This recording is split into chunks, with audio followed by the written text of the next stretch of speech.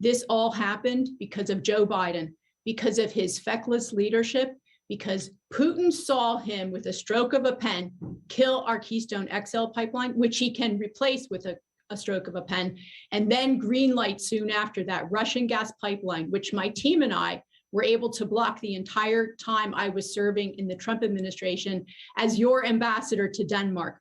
We were able to block it. We need to have American energy. Absolutely. We need, I would say, Operation Warp Speed and grow American domestic energy so that we're energy dominant once more, like we were under President Trump.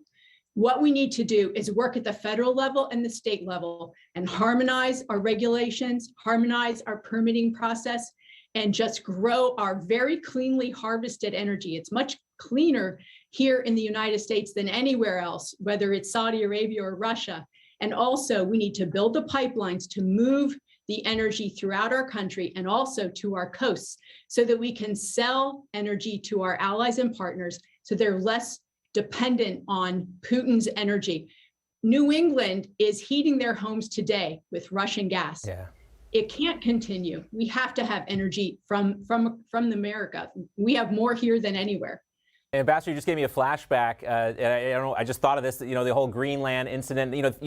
That's the type of forward thinking that you guys were talking about. Obviously, energy rich would have sent a strong message to Vladimir Putin as well. But those days are at least gone for now. But anyway, I digress. We do want to talk to you of course. Yeah. About China. China today, Ambassador, is saying it is seriously concerned about the nuclear, the safety and security of nuclear facilities in Ukraine. And in fact, the Wall Street Journal also reporting today that we're already sort of seeing the limits of that China and Russia no limits friendship. And they're also saying the Ukraine war is really threatening to undo Beijing's year-long effort to become a world leader. Did Putin miscalculate? Did Xi miscalculate, Ambassador? Well, we know that this is not a good alliance, but they have been doing military exercises together. That we have a lot of viewers in Pennsylvania. And for those viewers in Pennsylvania, they can go to my website, carlasands.com. I'd love to have them join us. I need their help. I'm in a statistical tie for first place in this Senate race in Pennsylvania. But when we look at what was happening under President Trump, we had record employment, we had low inflation, we had energy dominance and a secure border, and Putin respected us. We need America First leadership in Washington. We have to elect strong America First congressmen, senators, and in 2024, take back the White House to once again be energy dominant and have America on the right track. We are not on the right track under the radical Biden administration. It's the most radical administration in my lifetime. And we have to have energy dominance.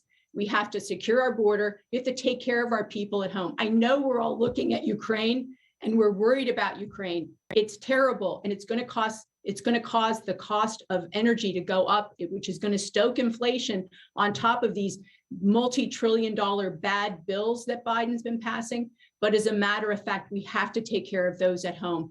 Our folks are suffering. Our working families are really suffering under this administration. Already, it was a $5,000 tax on every family to have Biden in the office.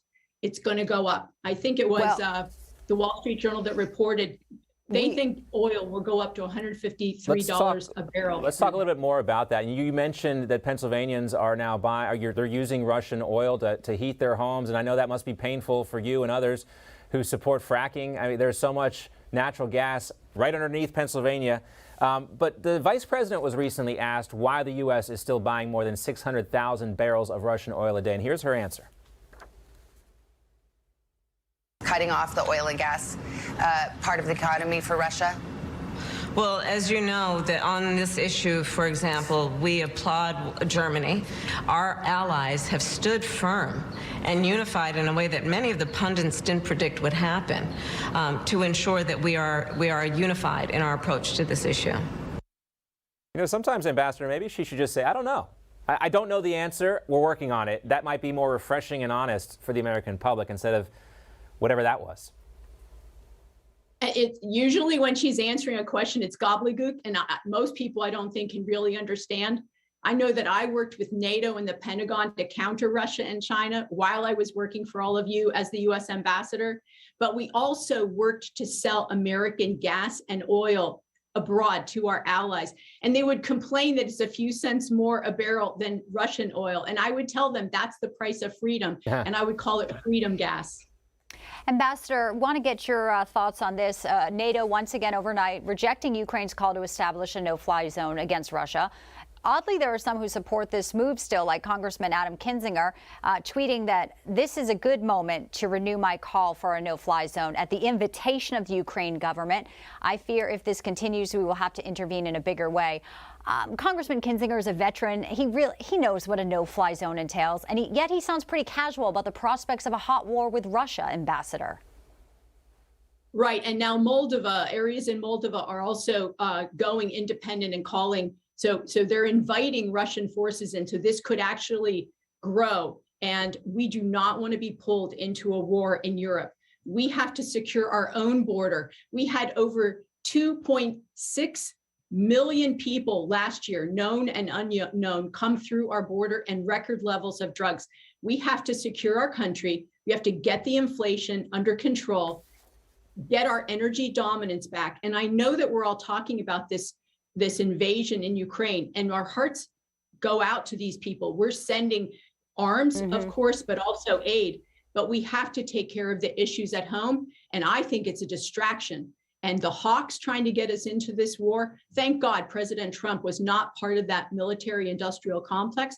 We had record levels of peace under President Trump. He got us out of foreign wars.